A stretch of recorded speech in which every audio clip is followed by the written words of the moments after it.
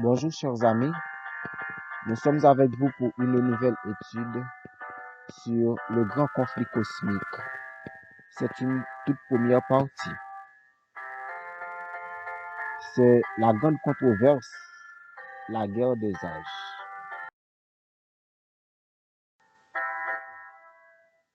La guerre dont nous sommes tous concernés. L'humanité s'est trouvée au milieu d'un grand conflit qui ne date pas d'aujourd'hui ni d'hier. Ce conflit n'a pas commencé sur la terre, mais dans le ciel, lorsqu'un ange, Lucifer, appelé aussi astre brillant, fils de l'aurore, se fut révélé à Dieu, son Créateur, et devint de la sorte son ennemi. Satan tomba à la déchéance et devint démon, puis créa la division entre les serviteurs de Dieu et devint le diable. Il n'y a pas de spectateurs dans ce conflit, car tout l'univers s'y est engagé. Il est important de choisir intelligemment Dieu, car il dit où il mène ses enfants. Malheureusement, le plus grand nombre de gens choisiront l'ennemi des âmes de leur propre gré et s'amèneront ainsi à la défaite. Il n'y a pas de neutre, car si on ne choisit pas Dieu, par défaut, on est dans le camp du diable. C'est le grand conflit cosmique, une guerre sans merci.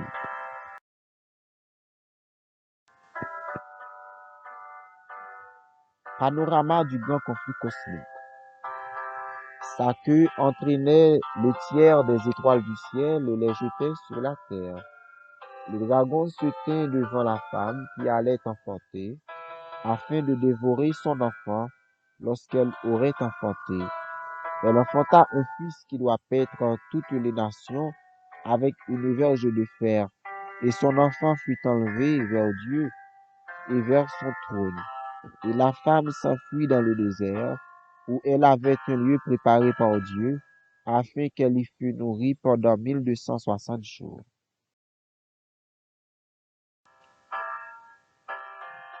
Et il y eut guerre dans le ciel. Michel et ses anges combattirent contre le dragon, et le dragon et ses anges combattirent. Mais ils ne furent pas les plus forts, et leur place ne fut plus trouvée dans le ciel. Et il fut précipité, le grand dragon, le serpent ancien appelé le diable et Satan, celui qui séduit toute la terre. Il fut précipité sur la terre, et ses anges furent précipités avec lui. Apocalypse 12, versets 4 à 9.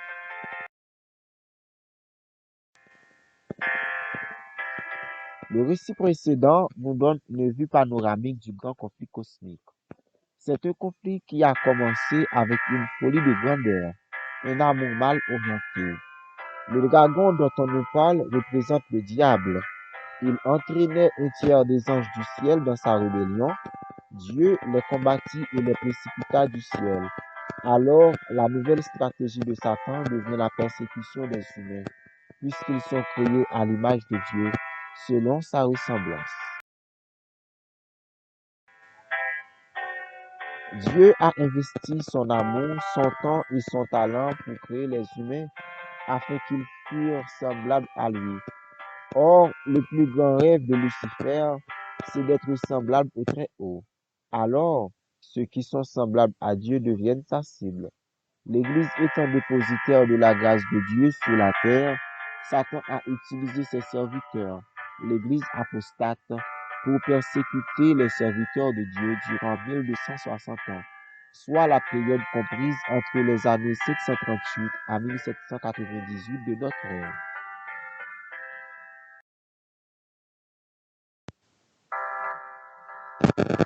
Durant cette période, le reste de ceux qui ne s'adhéraient pas à l'apostasie furent rudement persécutés et se retiraient en retraite sur le Piémont avec François Valdo comme premier leader. Est-ce pourquoi on les appela les Vaudois du Piémont? Ces derniers continuèrent à observer les commandements de Dieu et partagèrent leur foi en se déguisant comme marchands. Ils passèrent leur temps à reproduire des copies manuscrites de la Bible afin de les colporter. Ainsi, Il y eut toujours un reste du peuple de Dieu qui ne fléchissait pas le genou devant l'iniquité. Mais Dieu allait susciter des réformateurs pour faire jaillir sa lumière et restaurer le règne de la vérité parmi ses enfants et les rappeler à la repentance. Ce fut l'œuvre de ces grands réformateurs tels que Jean Hus, Jean Calvin, Jérôme Savonarole, Martin Luther, etc. Ils ont préféré sceller leur œuvre avec leur sang que de compromettre leur foi devant la papauté.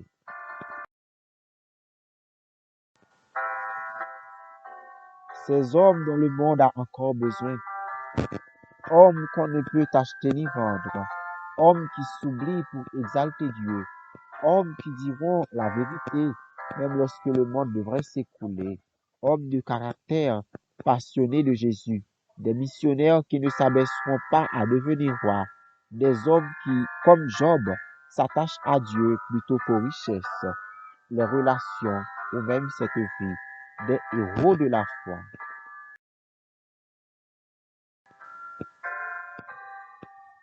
Quelle est l'origine du premier péché? La Bible révèle comment l'iniquité a pris naissance dans le cœur de l'ange de lumière.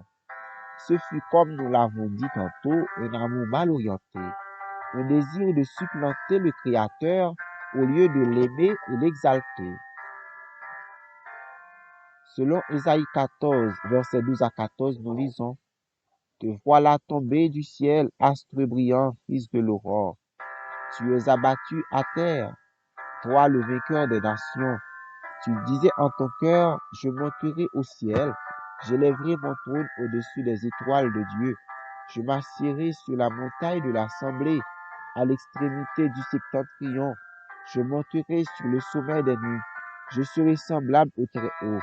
Mais tu as été précipité dans le séjour des morts, dans les profondeurs de la fosse. Dans Ézéchiel 28, versets 12 à 18, nous lisons: Fils de l'homme, prononce une complainte sur le roi de Tyr. Tu lui diras: Ainsi parle le Seigneur l'Éternel. Tu mettais le sceau à la perfection. Tu étais plein de sagesse, parfait en beauté. Tu étais en Éden, le jardin de Dieu. Tu étais couvert de toute espèce de pierres précieuses, de sardoine, de topaze, de diamant, de chrysolite, d'onyx, de jaspe, de saphir, d'escarboucle, d'émeraude et d'or. Tes tambourins et tes flûtes étaient à ton service, préparés pour le jour où tu fus créé.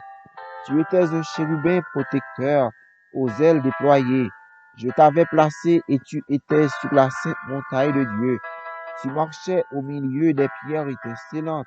Tu as été intègre dans tes voies depuis le jour où tu fus créé, jusqu'à celui où l'iniquité a été trouvée chez toi par la grandeur de ton commerce.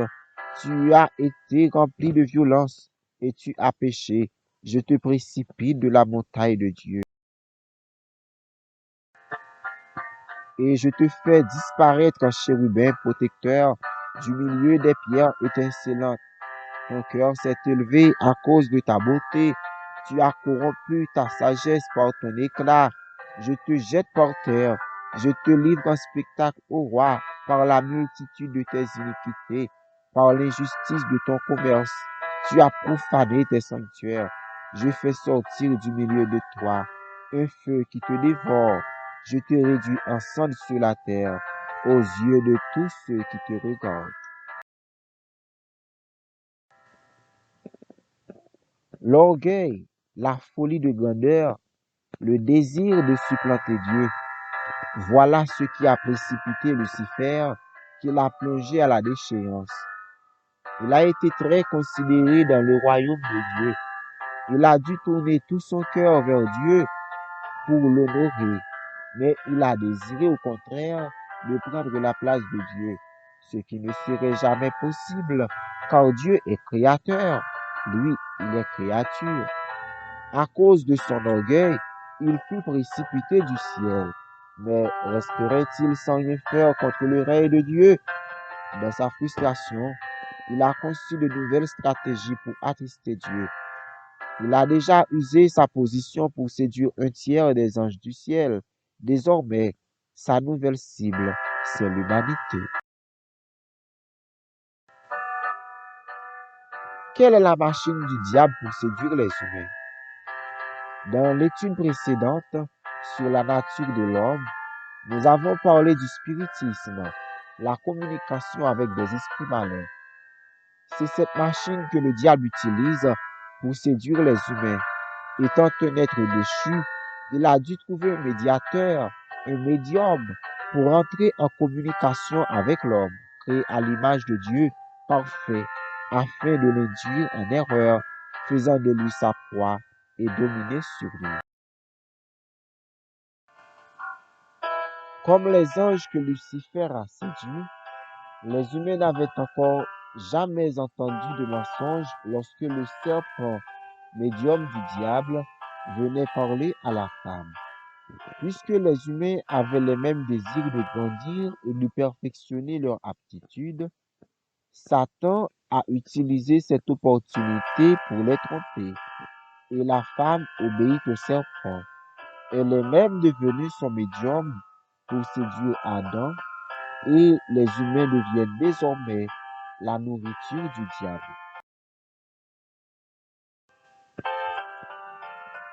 Le spiritisme est encore utilisé pour séduire le peuple de Dieu jusqu'à nos jours.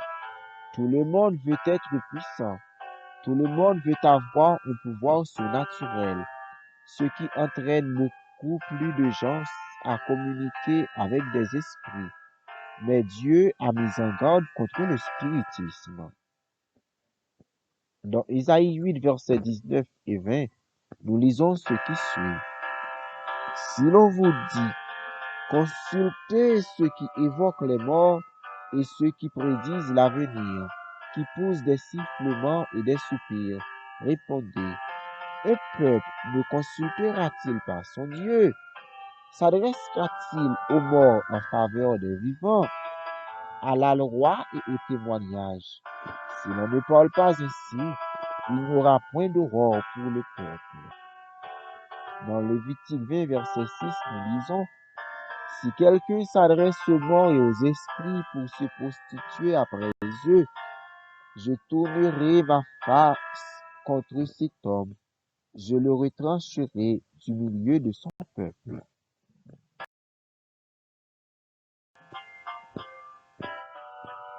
Quel est le sort de ceux qui choisissent Satan?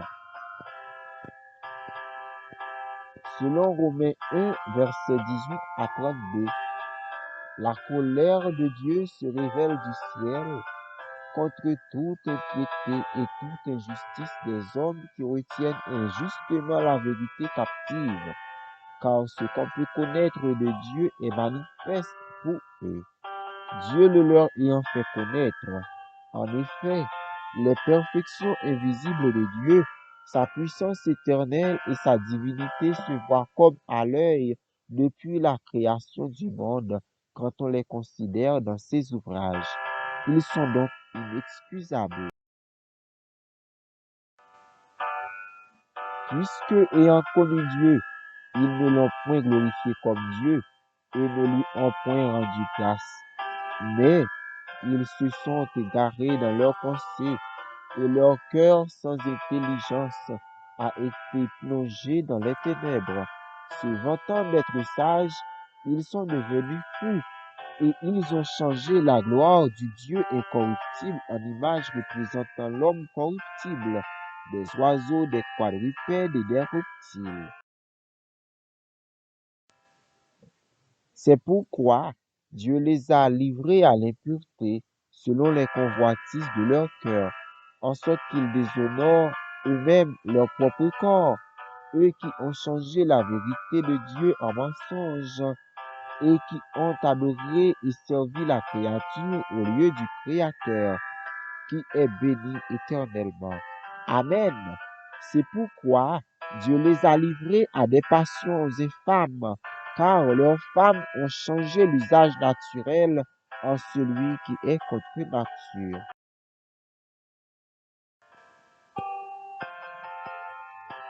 Et de même, les hommes, abandonnant l'usage naturel de la femme, se sont enflammés dans leurs désirs les uns pour les autres, commettant homme avec homme des choses infâmes et recevant en eux-mêmes le salaire que méritait leur égarement.